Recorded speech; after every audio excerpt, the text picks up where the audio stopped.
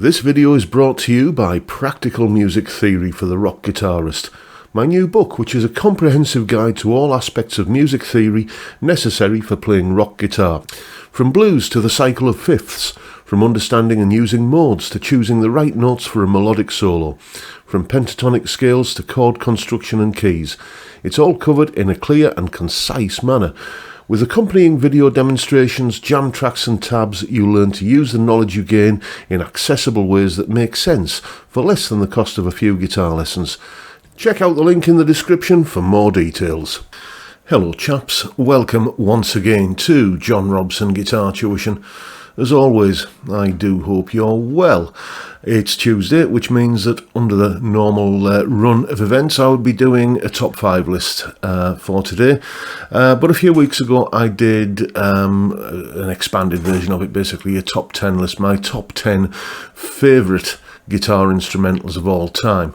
The reason I did a top 10 was because it was difficult to nail it down to 10, but it would have been impossible to nail it down to 5, and it has proved to be impossible to nail it down to a mere 10. If you didn't see that video, my original list of my favourite top 10 guitar instrumentals were Apache by the Shadows, Heart Song by Gordon Giltrap, Jessica by the Allman Brothers Band, 'Cause We've Ended as Lovers by Jeff Beck, Sunset by Cozy Powell and Gary Moore, The Supernatural by Peter Green with John Mayall's Blues Breakers, the Jeff Healey version of Hideaway, Scuttlebutting by Stevie Ray Vaughan, Into the Arena by Michael Schenker, and Surfing with the Alien by Joe Satriani. Well, I've got another 10 of my favourite guitar instrumentals for you today. Let's see what they are. Europa by Santana. Yes, I mean, this is not only one of my favourite Carlos Santana songs. Well, I'm just going to say flat out, it is my favourite Carlos Santana tune. I'm amazed that it didn't make it onto the first list of 10, actually. I must have been, having a senior moment or something and forgotten about it. It is just the most gorgeous melody. I mean, it's a melody that I think is as timeless as anything that could have been written by Mozart or, kind of Brahms or, any of the colossal figures from centuries gone by. It's just such an iconic, beautiful melody. The guitar tone that Carlos gets on this track, I don't think he's ever had a better guitar tone. It's just, a perfect instrumental and a beautiful piece of music. So that's why it's on the list. Next. Going Home by Mark Knopfler. Yep, Going Home, Mark Knopfler. I've linked to all of these down below, by the way, all of the kind of YouTube links in the description, so you can go and check out any of these tunes that you're not familiar with. I suspect you'll know pretty much all of them. But yes, I don't think I've ever seen the Local Hero movie all the way through. I've seen bits of it at different times. And I think my first recollection of this tune was from the Dire Straits live thing, not the Alchemy one, but there was like a TV special on, I think in 1985. It was on the Brothers in Arms tour, and Hank Marvin came out and played Going Home as the final encore with Mark Knopfler and the band. And, it's just a gorgeous melody. What can I tell you? It's difficult to rationalise these things sometimes, isn't it? As the great conductor Sir Thomas Beecham once said, music is merely sound. You either like it or you don't. And when it comes to this one, yeah, I really, really do like it. Great tune. One of my favourite guitarists, had to be on the list. Next. The Snow Goose by Camel. Yes, the guitar talents of Mr. Andy Latimer from the band Camel. A lot of their output is, it's pleasant and, it's listenable, and there's some good tunes on there and some great guitar playing. But for me, they actually reached their zenith, their peak on this album, The Snow Goose, which this tune is the title track from. It was written as a soundtrack album for a book. It's a little short story novella by the author Paul Gallico, and at an average sort of reading speed, you can kind of listen to the album and read the book at the same time, and the music is meant to fit the story. Just a beautiful melody, absolutely beautiful melody, and on the intro it is, for me, just the epitome of what a Les Paul should sound like. And ironically, after years of thinking I was hearing just the distilled essence of Gibson Les Paul, it turns out that Andy Latimer was playing, I think, either a Greco or a Bernie, one of the lawsuit era guitars on this track. But yeah, just great guitar tone, great melody, love the album, love the tune. What more can I tell you? Let's see what's next. Sabre Dance by Dave Edmunds. Possibly the first neoclassical rock tune. Dave Edmunds, when he was in the band Love Sculpture at the time, they just did this kind of this kind of version of was it Khachaturian's Sabre Dance. If that name and that kind of title doesn't mean anything to you, I promise you will know it when you go and listen to the link in the description.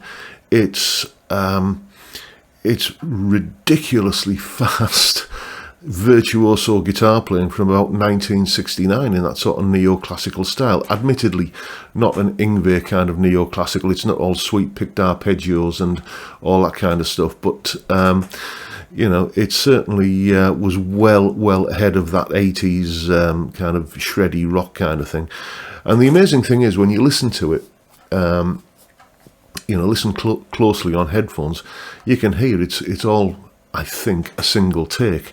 Certainly, I believe I've seen interviews with Dave Edmunds where he said they did a number of takes of it, and that was the one that they went with. So yeah, absolutely blazing guitar work, and just it had to be on this list. Next, Revelation by Robin Ford. Robin Ford, yes, I first heard about him in, I think, Guitar Player magazine back in 1987 or 88, when he was, doing the publicity for his Talk to Your Daughter album, and this is a tune from that album, instrumental all the way through. I think it was written by his keyboard player, Russell Ferrante. Again, it's that thing that Robin Ford does so well, it's music. It's not flashy showing off virtuoso, although there is a massive amount of virtuosity in it. But the first thing you notice is that it's just a very pleasant musical experience. It's only when you try and play it that you realise the virtuosity in it. The jazz chord changes that aren't there to be gratuitously jazzy, they're just there to serve the tune. Really catchy melody, some great guitar playing, and Robin is one of my favourite players, so he had to show up on this list at some point. Next, Blues for Narada by Gary Moore. There had to be a Gary tune on here, didn't there? Yes, indeed. Blues for Narada. Now, I said about the track Sunset in the last list that I did. It's possibly the distilled essence of Gary Moore for like his kind of ferocious, fiery style of playing, and his achingly beautiful melodic playing as well. Well, I could have said exactly the same thing about this track. At the time I was putting the original list together, it was kind of a coin toss between a few Gary Moore tunes, and this was one of them. So it had to come on this list here. I don't think it was ever released on an album as such. It was just on the kind of an album full of outtakes and B-sides, ballads and blues or something it was called, in the mid-90s. There's everything in here. There's little kind of jazzy touches that are sort of reminiscent of his days with Colosseum 2. There's big, soaring, string-bending kind of fueled melodies, and of course it wouldn't be a Gary Moore tune without like the massive kind of ferocious, fiery blues playing in there as well. This kind of thing can change on a weekly basis or even an hourly or daily basis, but it's certainly a contender for my favourite Gary Moore tune of all time. If you're not familiar with it, link in the description. Let's see what's next. Theme for Young Lovers by The Shadows. Yes, another band who also made it onto the first list, The Shadows. Apache was my introduction to The Shadows. I first heard that when I was a toddler, preschool, and I think I was giggling and gurgling with excitement. So my parents went out and bought, I don't even think it was a Shadows LP. We used to have this record label in the UK called Music for Pleasure.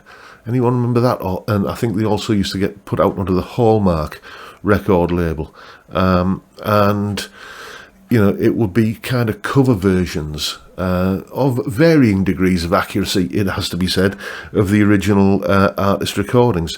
There was like a series of these things called Top of the Pops albums, which was just like sort of cover versions of the top 40. But they also used to do cover versions of specific artists. And I seem to remember there was a Shadows LP when I was, I don't know, 6-7 years old, kind of doing the rounds in our house. And this was one of the tracks on it, and eventually I graduated to the Shadows 20 Golden Greats, that album with the shadows of the 3 guitar necks going up the wall, the one I mean if you're familiar with it, and heard all the original versions of these tunes. It's just a beautiful, beautiful melody written by Bruce Welch, rhythm guitarist for many years of the Shadows. Didn't him and Hank have a big falling out at some point? But anyway, it was written by Bruce Welch, and it's just a gorgeous tune, and it's by one of my favourite guitar bands. So, these are usually the reasons why these kind of things make it onto these lists. Let's see what's next. Cliffs of Dover by Eric Johnson. Had to be there, didn't it? Cliffs of Dover, Eric Johnson. How on earth this one made it, didn't make it onto the first list of 10, I don't know. I was just being ruthless, and I had to include what I could, but I think I knew all the while that I was going to be doing a part 2 of this. You must all be aware of this tune. It's just one of the most famous, widely known virtuoso instrumental guitar parts of all time, I think. Probably featured in that kind of PlayStation thing where you play with a plastic guitar. What's it? Guitar Hero thing. Yeah, not my kind of thing, I'm afraid, but I think that probably brought it to prominence with a lot of people. Again, you notice the fact that it's a beautiful piece of music before the stunning virtuosity and technique that's involved registers with you. And that's the way around it should be for me, kind of shredding and whittling for the sake of it is just, it kind of leaves me cold a lot of the time. But this, it's a great tune. You listen to it a couple of times and it's a real earworm. You can't stop humming it. And, what can I tell you? It's Cliffs of Dover by Eric Johnson. How could it not be on the list? Next. A Shoken Farewell by Craig Ogden. Yeah, the only classical guitar piece that's made it into any of these lists.